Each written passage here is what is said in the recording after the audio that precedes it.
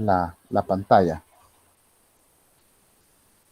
Sí, ahí se ve la Minerva. Ahí estamos ya, ¿verdad? Vaya, con piquete y todo. Entonces, compañeros, buenas noches a todos a esta asignatura, Introducción a la Matemática Discreta. En esta unidad número 1 vamos a hablar de lo que tiene que ver con argumentos y los fundamentos de la lógica simbólica, ¿verdad? Así es de que les va a parecer un repaso porque ya vimos esto en otras asignaturas, pero repito, ¿verdad? Vamos a tratar de que el fundamento nos quede ahí para que podamos avanzar con las siguientes unidades.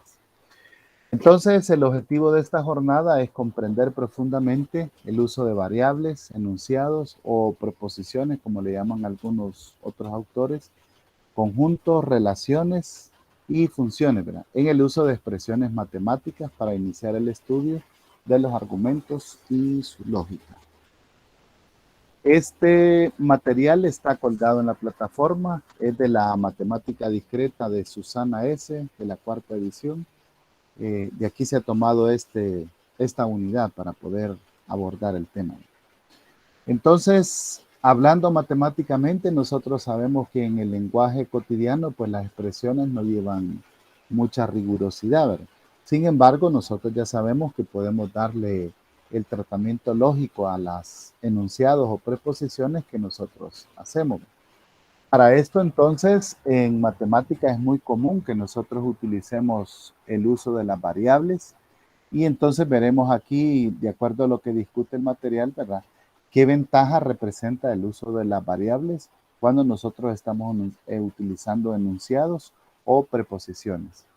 Entonces empezamos diciendo, ¿verdad? De que una variable puede considerarse como una persona. John Doe, dice el documento, pero podría ser Juan Pérez o María García, etcétera, ya que se puede utilizar, dice, como un marcador de posición cuando se quiere hablar como algo.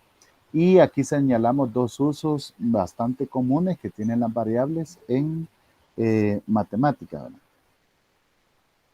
Uno de ellos es que imaginemos, dice que tenemos uno o más valores, pero no sabemos cuáles son. Entonces, en este caso, aquí vamos a nosotros a recurrir al uso de una variable.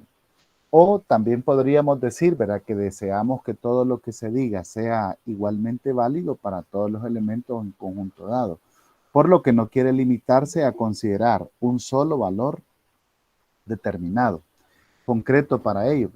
Entonces, en estos dos casos, nosotros recurrimos al uso de variables, es decir, si tenemos uno o bastantes valores, pero no sabemos cuáles son, y en el segundo caso decíamos que tenemos un conjunto de datos que vamos a utilizar, pero nosotros nos queremos referir en concreto a una parte de ello.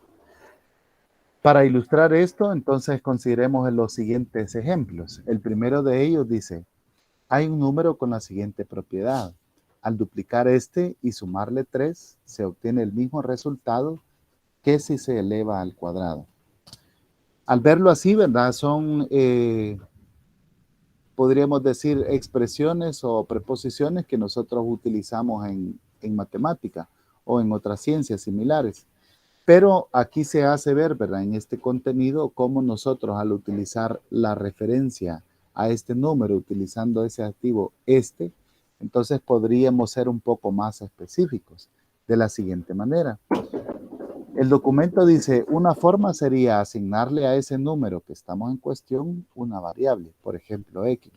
Y entonces nos podríamos replantear la pregunta, hay un número con la propiedad que 2 veces este número X más 3 unidades sea igual al cuadrado de este número X. Entonces el uso aquí de la variable se refiere a un valor que nosotros estamos buscando y que cuando utilizamos ya una variable en específica, no estamos dejando ambigüedad a qué clase de número es el que nosotros nos referimos. Estamos hablando del mismo X en la primera preposición y también en la segunda. Podríamos enunciarlo también de la siguiente manera, no necesariamente con una letra, ¿verdad? Hay un número rectangulito, como aquí se muestra, con la propiedad de que 2 veces este rectángulo o el símbolo que nosotros queramos utilizar más 3 unidades va a ser igual a este número representado con este rectángulo elevado al cuadrado. Y entonces la idea es, ¿verdad?, de que esta variable nosotros le asignamos un símbolo para evitar la ambigüedad. Este sería un uso que nosotros podemos darle a las variables en el caso de matemáticas. Otro segundo uso que nosotros también podemos llevar a cabo sería considerando el siguiente enunciado.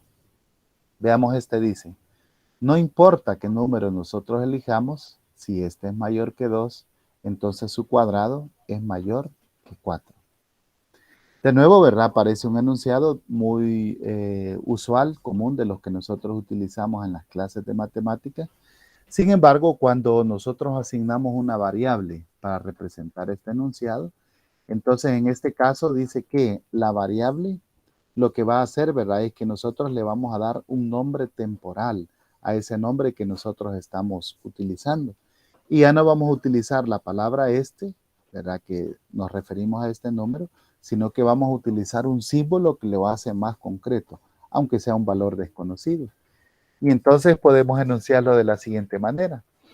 No importa qué número n, por ejemplo, se elija, si este n es mayor que 2, entonces n elevado al cuadrado es mayor que 4. Al utilizar entonces en este caso una variable, estamos dando el segundo uso, ¿verdad?, que nos referimos a, podría ser muchos números desconocidos, pero le hemos asignado un valor, una variable específica a este número que nosotros desconocemos. Ahora utilizamos n, podría ser otro símbolo, podría ser otra letra. Entonces, en conclusión, podemos decir, ¿verdad?, que el uso de las variables en enunciados y preposiciones nos hacen referirnos a un número concreto o a un conjunto concreto de valores que nosotros desconocemos. Más adelante, ¿verdad?, nos encaminamos a estudiar entonces el tipo de preposiciones que involucran variables en este caso. Así que a eso nos referimos cuando decidimos utilizar una variable. A este aspecto, entonces, presentamos una definición, que ahí está la referencia donde se ha sacado, me pareció interesante, y dice que un enunciado o una preposición se define como una preposición o enunciado a una oración declarativa, carente de ambigüedad, que es verdadera o falsa, pero nunca las dos cosas simultáneamente. La veracidad o la falsedad de un enunciado se llama su valor de verdad. Y los términos verdadero o falso dice que se consideran como atributos de una proposición, excluyéndose de toda interpretación filosófica. Entonces, al leer esta definición de un enunciado o una proposición, podemos nosotros concluir, ¿verdad?, que cuando hacemos una declaración o una afirmación, entonces nosotros estamos exponiendo, ¿verdad?, a que se someta a un juicio de valor, si este es verdadero o es falso. Y si se trata de diferentes preposiciones, como las que vamos a ver ahora en este caso, entonces nosotros podemos enlistar los casos en los cuales podría tener valor esta preposición. Veamos la escritura de algunos enunciados utilizando variables. Por ejemplo, en el siguiente ejemplo dice de esta manera: utilice variables para reescribir las siguientes frases de una forma más formal. La primera de ellas: hay números con la propiedad de que la suma de sus cuadrados es igual al cuadrado de su suma. La segunda dice: dado cualquier número real, su cuadrado es no negativo. Entonces, ¿a qué se refiere la indicación cuando dice que lo hagamos un poco más formal? Se refiere a que utilicemos variables para poder representar las dos declaraciones que se nos han presentado. Entonces, si analizamos la primera, hay números con la propiedad de que la suma de sus cuadrados es igual al cuadrado de su suma. Entonces, si utilizo la variable a y b, podríamos escribirlo de la siguiente forma: hay números a y b con la propiedad que a elevado al cuadrado más b elevado al cuadrado va a ser igual al cuadrado, ¿verdad?, de la suma de a más b. Entonces, ¿qué logramos nosotros cuando utilizamos variables para poder representar esta situación? Lo que estamos haciendo es evitar ambigüedades, ¿verdad? Y nos estamos refiriendo a números específicos. a variables concretas que nos denotan este conjunto de números desconocidos al cual nosotros nos estamos refiriendo. Pero como ustedes imaginarán, no es la única manera de poder hacer este enunciado, esta preposición. De hecho, también lo podríamos enunciar de la siguiente forma. Hay números A y B, tales que A elevado al cuadrado más B elevado al cuadrado es igual al cuadrado de la suma de A más B. Y entonces en esta pregunta también lo redactamos de una forma diferente, ¿verdad? Pero nos estamos refiriendo a la misma situación o enunciado que queremos decir. También podríamos declararlo de la siguiente forma, ¿verdad? Existen dos números A y B, tales que A elevado al cuadrado más B al cuadrado va a ser igual o equivalente al cuadrado de la suma de A más B. Entonces ahí hemos utilizado variables para poder reescribir un enunciado. Lo que en este caso se trata, ¿verdad?, es de lograr experticia y profundidad en nosotros poder escribir o reescribir, más bien dicho, un enunciado pues, utilizando variables, ¿verdad? Y dejando atrás estas palabras que podrían ocasionarnos un poco de confusión o de ambigüedad. Con respecto a la segunda situación, dado cualquier número real, su cuadrado es negativo, entonces quiere decir que si utilizamos una variable para ese número al cual nos referimos, podríamos denotarlo así, ¿verdad? Dado cualquier número real r elevado al cuadrado es no negativo. O también podríamos decirlo para cualquier número real r elevado al cuadrado es mayor o igual que 0. Inclusive también podría redactarse de la siguiente forma. Para todos los números reales r elevado al cuadrado es mayor o igual que 0. Entonces, en este ejemplo ilustrativo se muestra, ¿verdad?, cómo podemos utilizar variables para reescribir enunciados y así poder ser un poco menos ambiguos, utilizando estas palabras que a veces en lenguaje común nosotros las utilizamos. Bueno, pues hablando de este tipo de enunciados matemáticos, recordemos algunos que nosotros ya conocemos y los hemos visto en otras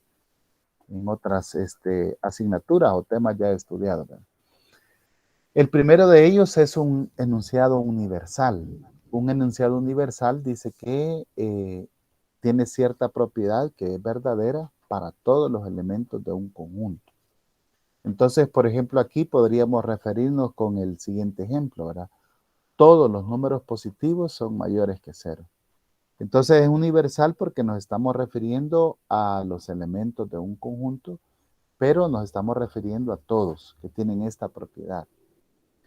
Otro tipo de enunciado que podemos mencionar es un enunciado condicional. Y se dice que si una cosa es verdad, otra cosa también tiene que ser verdad. Por ejemplo, ¿verdad? Para entenderlo mejor, si 378 es divisible por 18, entonces 318 es divisible entre 6. En este caso es cierto, ¿verdad? La primera condición es cierta y también la segunda es cierta. Pero nos están dando una condición, ¿verdad? Siempre en este caso, el sí que nosotros observamos al inicio nos da la condición que tiene que lograrse para que la segunda parte que sigue después del entonces sea cierta. En esta ustedes ya se imaginarán que nos referimos a algunas de las proposiciones condicionales más comunes en la lógica matemática, ¿verdad? Y a esas son las que nos encaminamos a estudiar. Una tercera es que dada una propiedad dice que puede ser o no puede ser verdad. Un enunciado existencial dice que hay al menos una cosa para la cual la propiedad es verdadera. Por ejemplo, hay un número primo que es par. Y aquí ya podemos entonces nosotros recordar, ¿verdad?, de que dependiendo del enunciado que nosotros utilicemos, hay varios que nosotros podríamos llegar a analizar. Tanto su grado de verdad, si es falso, es verdadero, y cómo podríamos trabajar con este tipo de enunciados. Así que veamos un poquito más en detalle a cuáles son los que nos estamos refiriendo con estos. El primero de estos sería un enunciado universal condicional. Sí, diga, compañero Daniel.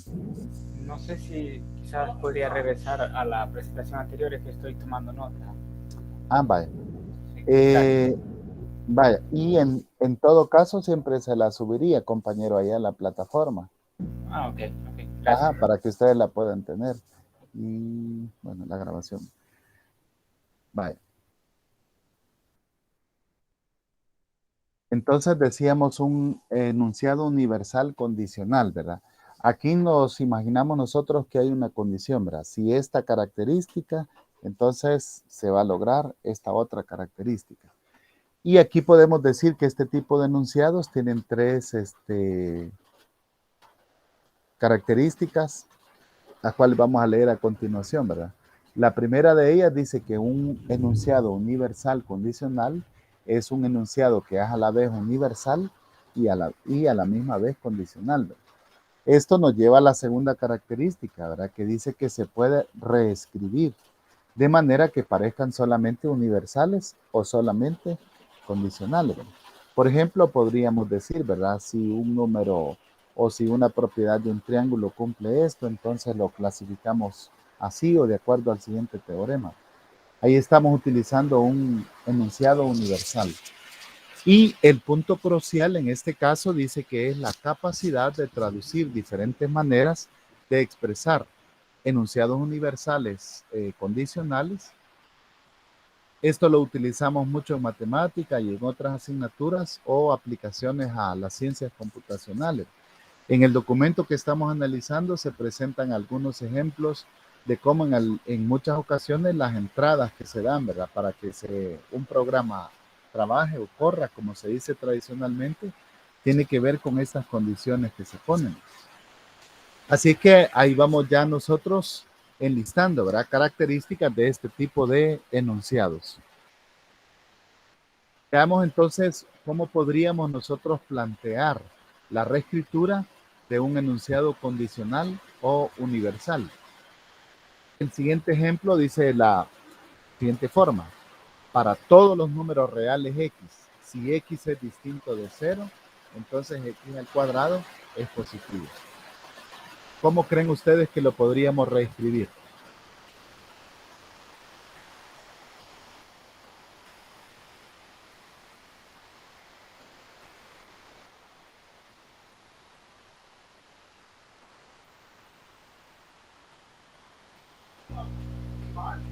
A qué forma hay que pasar? Aquí lo tenemos estamos haciendo el ejercicio con la condicional. Entonces hay que escribirlo como un universal. Ajá, correcto.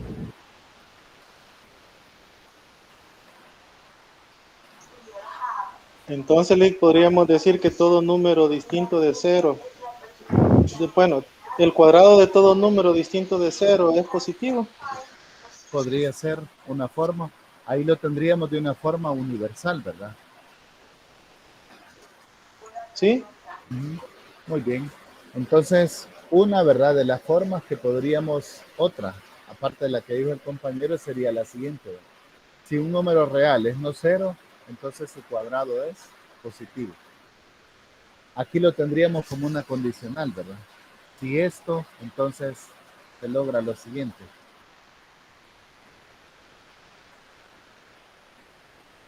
Otra forma sería la siguiente, ¿verdad? Para todos los números reales diferentes de 0, x al cuadrado es positivo. Y ahí tendríamos una universal también, ¿verdad? Otra forma sería la siguiente, ¿verdad? Si x es un número real diferente de 0, x elevado al cuadrado es positivo. Ahí tenemos otra también, condicional por cierto, ¿verdad? Y un cuarto ejemplo sería el cuadrado de cualquier número real distinto de 0 es positivo. Así Es que, valedero, perdón, Lick, es valedero sí, decir Cx un número real distinto de 0, entonces x cuadrado es positivo. sí, ¿Será valedero? es válido, es válido. Es válido, porque se está anunciando las dos características para que vamos a lograr. Sea X un número real distinto de 0, entonces aquí al cuadrado es un número positivo. Lo tenemos ahí. Pues entonces, como decíamos en la presentación anterior, ¿verdad? Lo que se trata es de que nosotros podamos lograr esa profundización, ¿verdad? En escribir los enunciados, tanto de manera condicional como de manera universal, que tienen esta característica, este tipo de proposiciones. Bueno, y había otra, todos los números reales distintos de 0 tienen cuadrados positivos, muy parecida a la que dice el compañero Manuel. Siguiendo con el estudio de esta, ¿verdad? Decimos de que otro tipo de enunciados, ¿verdad? Son los existenciales universales.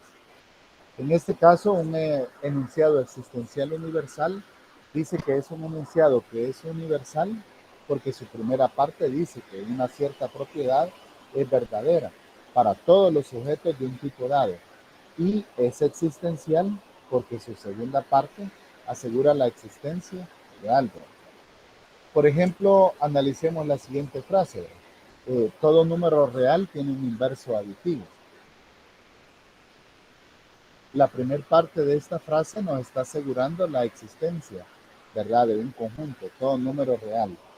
Y en la segunda parte de este enunciado tiene un inverso aditivo. Estamos haciendo la referencia a la existencia de una, no podríamos decir operación, ¿verdad?, pero sí la existencia de un elemento para cada uno de los números reales a los cuales nos estamos definiendo. Entonces, si lo quisiéramos reescribir, podríamos decir algo parecido a lo siguiente. Para todos los números reales R, hay un inverso aditivo de R. O también lo podríamos decir, ¿verdad? Para todos los números reales R, existe un número real S, tal que S es un inverso aditivo de R. En esta última condición está bastante particular porque está asegurando la existencia está utilizando dos variables para representar el número y la segunda parte, ¿verdad?, del conjunto en que estamos interesados, que sería este inverso aditivo, llamado S, en esta segunda parte. Entonces, haciendo la conclusión, ¿verdad?, es, como dice la definición, ¿verdad?, es un universal existencial porque la primera parte nos asegura que hay una cierta propiedad que es verdadera para todo este conjunto de objetos. Y la segunda nos asegura de que existe este inverso aditivo para cada uno de los números reales.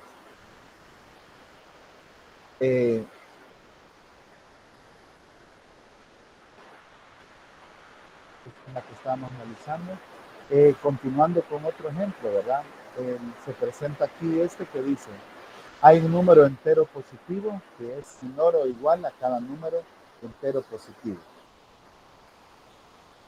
Hay un número entero positivo que es menor o igual a cada número entero positivo. Entonces podríamos enunciarlo de la siguiente forma. Hay un entero positivo m que es menor o igual a cada número entero positivo.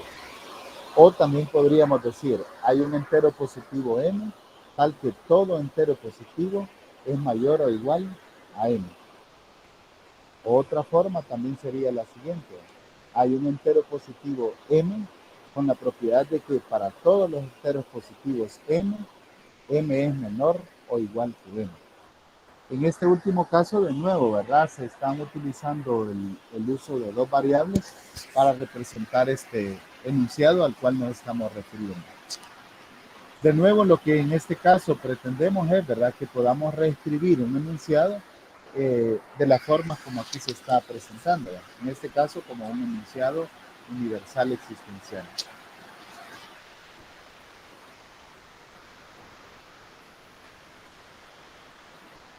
Bueno, entonces ahí hacemos la introducción, ¿verdad?, a este tipo de enunciados.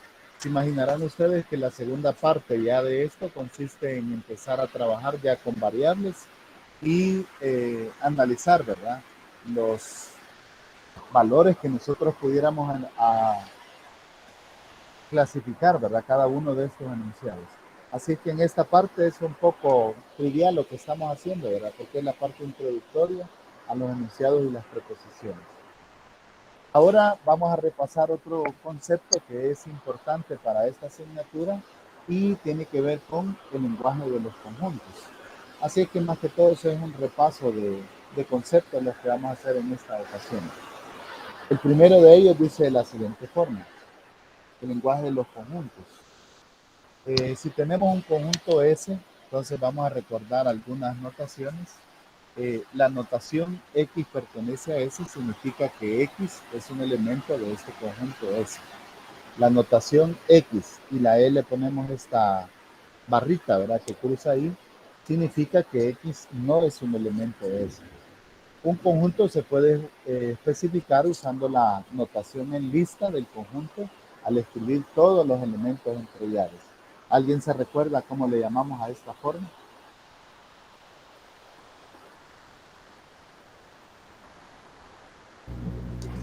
Por extensión, Correcto, muy bien.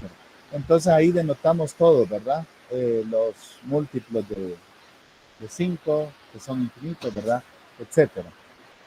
También dice que cuando algunos conjuntos son un poquito extensos, podemos utilizar la siguiente abreviación o truco, podríamos llamarle, ¿verdad? Por ejemplo, los primeros 100 números, los 100 números enteros, 1, 2, 3, coma, puntos suspensivos, coma, 100, ¿verdad? Entonces nos estamos refiriendo, dice, a todos los números enteros del 1 al 100. O en algunas ocasiones también podríamos hacer mención de un conjunto infinito. Entonces, por ejemplo, aquí está esta otra notación de conjuntos, 1, 2, 3, coma, puntos suspensivos, y eso significa que este subconjunto es infinito.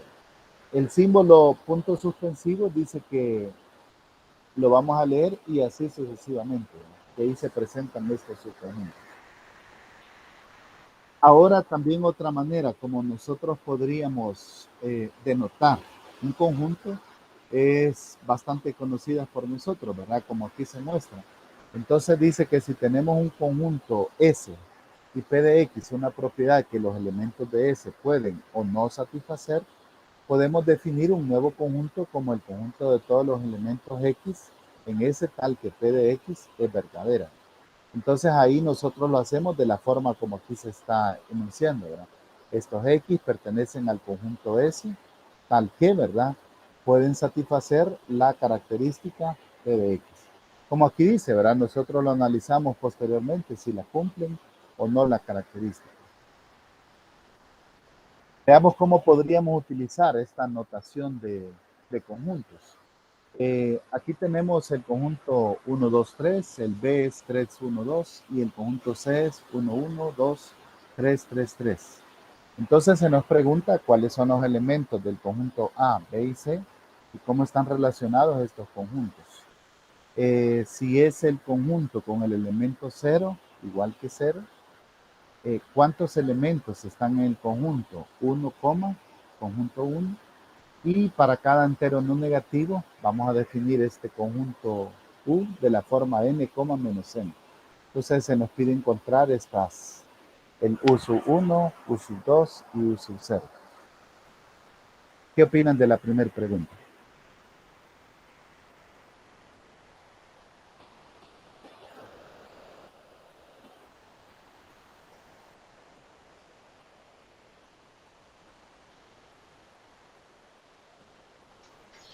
En ese caso, Lick, los elementos serían 1, 2, 3. Correcto. Y de Ajá. hecho, como aquí, muy bien, correcto. Como aquí se muestra, ¿verdad? Están escritos de diferentes formas, pero en realidad tienen los mismos elementos, ¿verdad? Entonces podríamos decir que estos tienen los mismos elementos 1, 2, 3, ¿verdad? Son simplemente, dice, formas diferentes de escribir o referirse al mismo conjunto. Ahora, con respecto a la pregunta B, ¿qué podemos comentar?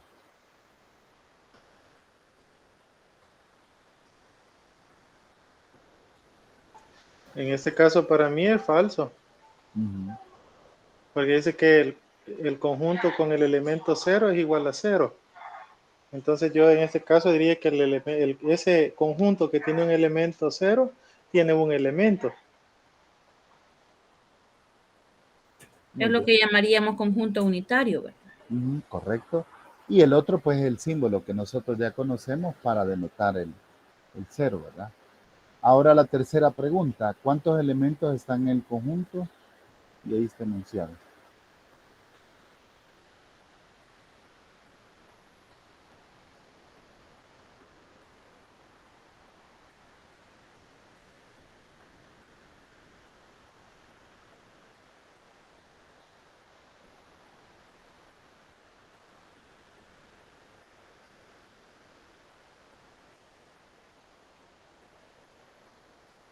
Quizás la duda nos la genera el corchete interno, ¿verdad? Entonces, ¿qué significa el corchete interno? Porque pareciera que como que se está tomando un subconjunto del conjunto. Muy bien. Entonces, este 1 es un elemento del conjunto, ¿verdad? Y este otro corchete se refiere a otro conjunto que tiene un conjunto unitario, como decía la compañera, cuyo único elemento es el 1. Y con respecto a la pregunta D, ¿verdad? Si denotamos esto, el n, menos n, entonces aquí nos quedaría de la siguiente forma. Si tomamos el elemento 1, sería 1, menos 1. Si tomamos el elemento 2, 2, menos 2. Y si tomamos el elemento 0, nos quedaría 0, menos 0, que no tendría sentido ponerle el signo menos, ¿verdad? Es 0,0 y al final nos quedamos con el 0. Bueno, entonces, otra forma, como refiriéndonos a la teoría de conjuntos, como nos podemos referir, también podría ser de una manera constructiva de un conjunto, ¿verdad? Que ya definíamos, utilizando alguna característica que cumpla o no, y entonces lo podríamos hacer de la siguiente manera, ¿verdad? El conjunto de todas las X que pertenecen al conjunto S, tal que, ¿verdad? Pueden cumplir esta característica P de X. Así es que veamos cómo lo podríamos utilizar, esta notación constructivista o constructiva del conjunto. El ejemplo dice de la siguiente forma: dado que R denota el conjunto de todos los números reales, Z el conjunto de todos los números enteros, y el Z más o el subíndice más el conjunto de todos los enteros positivos. Describa cada uno de los siguientes conjuntos. En el literal A, todos los X que pertenecen a los números reales, tales que estos X son estrictamente mayores que menos 2 y menores que 5.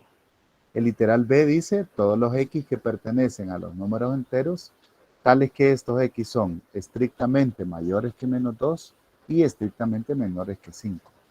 Y el tercero sería todos los X que pertenecen a los enteros positivos, tales que, ¿verdad? Estos X son estrictamente mayores que menos 2 y estrictamente menores que 5. Entonces, ¿quién nos regala la solución? En el primero considero que nos quedaría un intervalo que iría abierto desde menos 2 hasta 5 positivo abierto, porque como son reales, ¿verdad? Muy bien, excelente. El segundo, ¿cómo quedaría? Bien, en ese caso podemos enunciar o enumerar los valores, ¿verdad? Tendríamos ahí desde menos 1, 0, 1, 2, 3, 4. Sería el conjunto que tendríamos. Muy bien, porque es con números enteros, ¿verdad? Números enteros. Correcto. Y en el literal C, ¿cómo quedaría? Ahí nos quedarían, como son los números enteros positivos, entonces tendríamos que enunciar 1, 2, 3, 4. Muy bien, así es. Entonces, la compañera lo denotó como un intervalo. Aquí lo estamos representando en la recta real, ¿verdad? Desde menos 2 hasta 5. Y el circulito ahí blanco quiere decir que esas fronteras no están incluidas, ¿verdad? Porque la desigualdad es estricta. En el segundo caso, como decía el compañero, desde menos 1 hasta 4. Y en el tercer caso nos quedaría solamente los números positivos. Entonces, solo estamos recordando un poquito. También podríamos hablar de su conjunto, ¿verdad? Un poco la notación.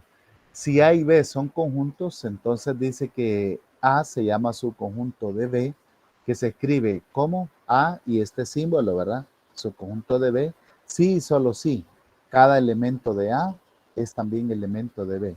Y simbólicamente se escribe de esta forma: A es subconjunto de B, lo cual significa, dice, que para todos los elementos de X, si X pertenece a A, entonces también X va a pertenecer a este conjunto de B. Las frases A está contenido en B y B contiene A, dice que son formas alternativas de poder decir que un conjunto A es su conjunto de B.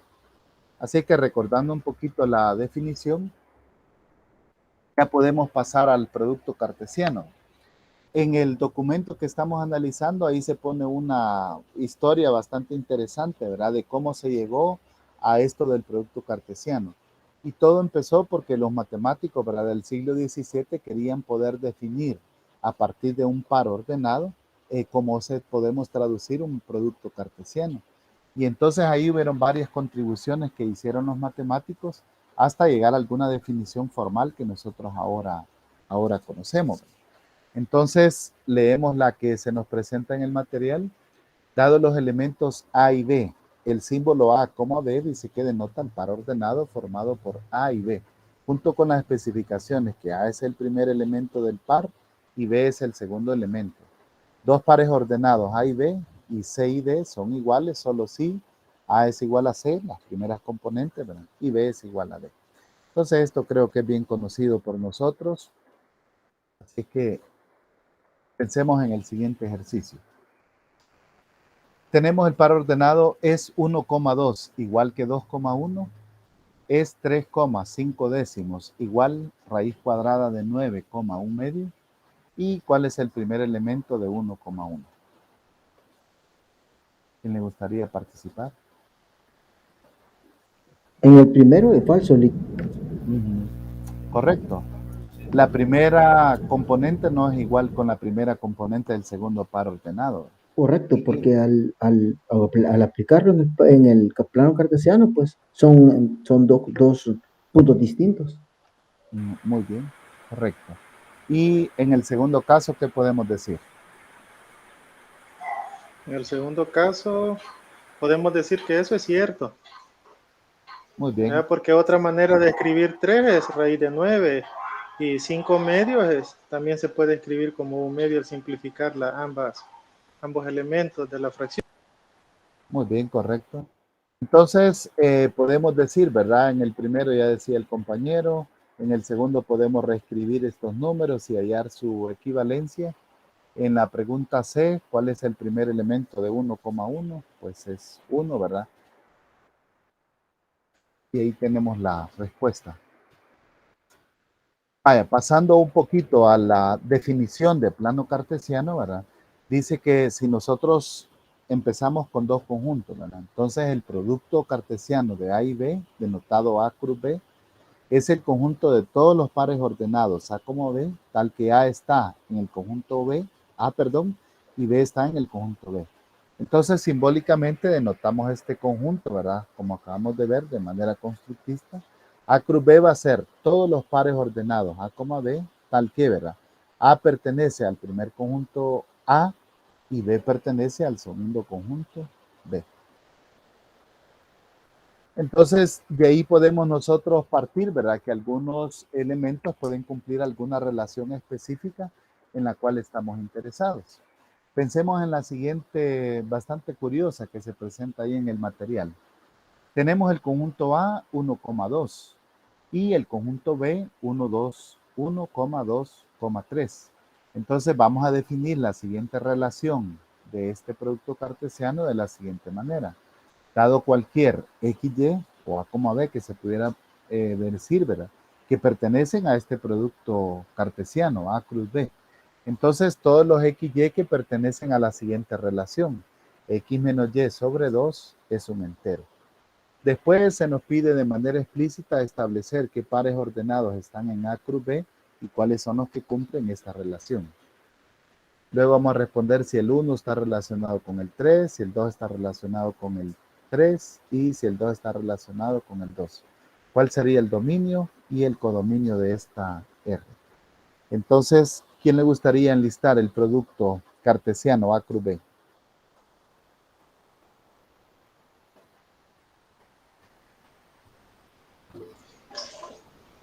Sí, compañero. Bueno, el producto cartesiano quedaría 1,1, luego tendríamos 1,2 y 1,3. Tendríamos 2,1, 2,2 y 2,3. Muy bien. Pares. Entonces, excelente. De este par ordenado, de este producto cartesiano, tendríamos nosotros que sacar, ¿verdad?, cuáles son los que cumplen esta relación. Que X menos Y sobre 2 sea un número entero. ¿Qué me dicen del primer par ordenado? 1,1. Yo considero que los que cumplen son 1,1, 1,3 y 2,2. Muy bien. El 1,1 porque 1 menos 1, 0 entre 2 nos da 0, ¿verdad? Es un número entero. El otro que dijo la compañera, 1,3, ¿verdad? Sí. Porque 1 menos 3 es menos 2, entre 2 nos queda menos 1. Y el otro que dijo es 2,2, ¿verdad? Que Así es. sería 2 menos 2, 0, entre 2, 0. Y es un número entero, ¿verdad? Entonces, en definitiva, ¿verdad? Son los que cumplen, ahí están enlistados, pertenecen a esa relación porque al hacer la operación entre la primera componente y la segunda, nos originan un número entero. Por lo tanto, la relación que nos están solicitando quedaría de esa forma, 1,1, 1,3 y 2,2. Ahora, con respecto a la pregunta D, ¿verdad? ¿El 1 está relacionado con el 3? Podemos decir que sí, ¿verdad? En el segundo par ordenado. El 2 con el 3, no, ¿verdad? No hay ningún par ordenado que esté cumpla esa relación. ¿Y el 2 está relacionado con el 2? Sí, ¿verdad? El tercer par ordenado cumple eso. Ahora, ¿cuál es el dominio y el codominio de esa relación?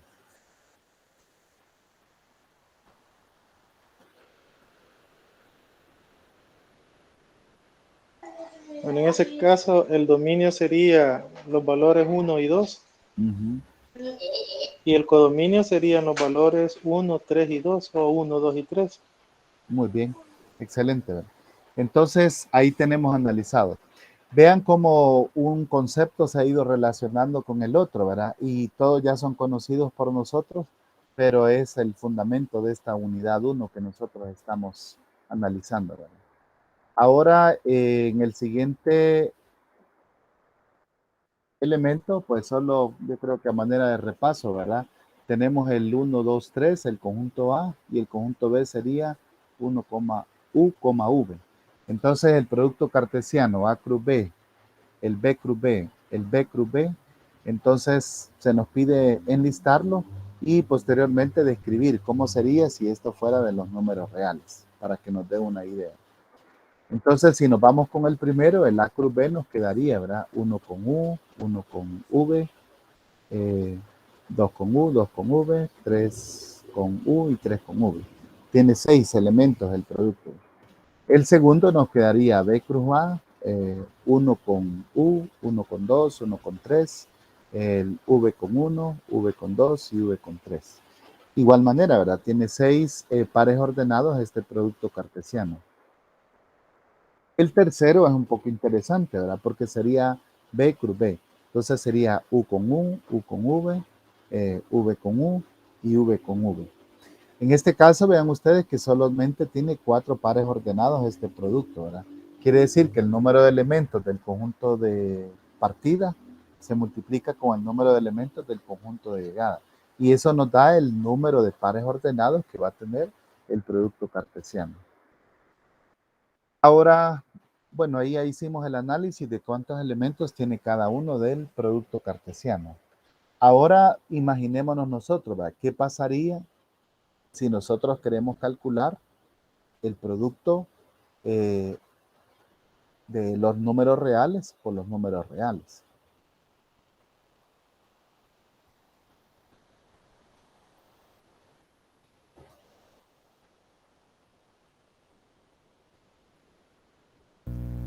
Tendríamos infinitos pares ordenados.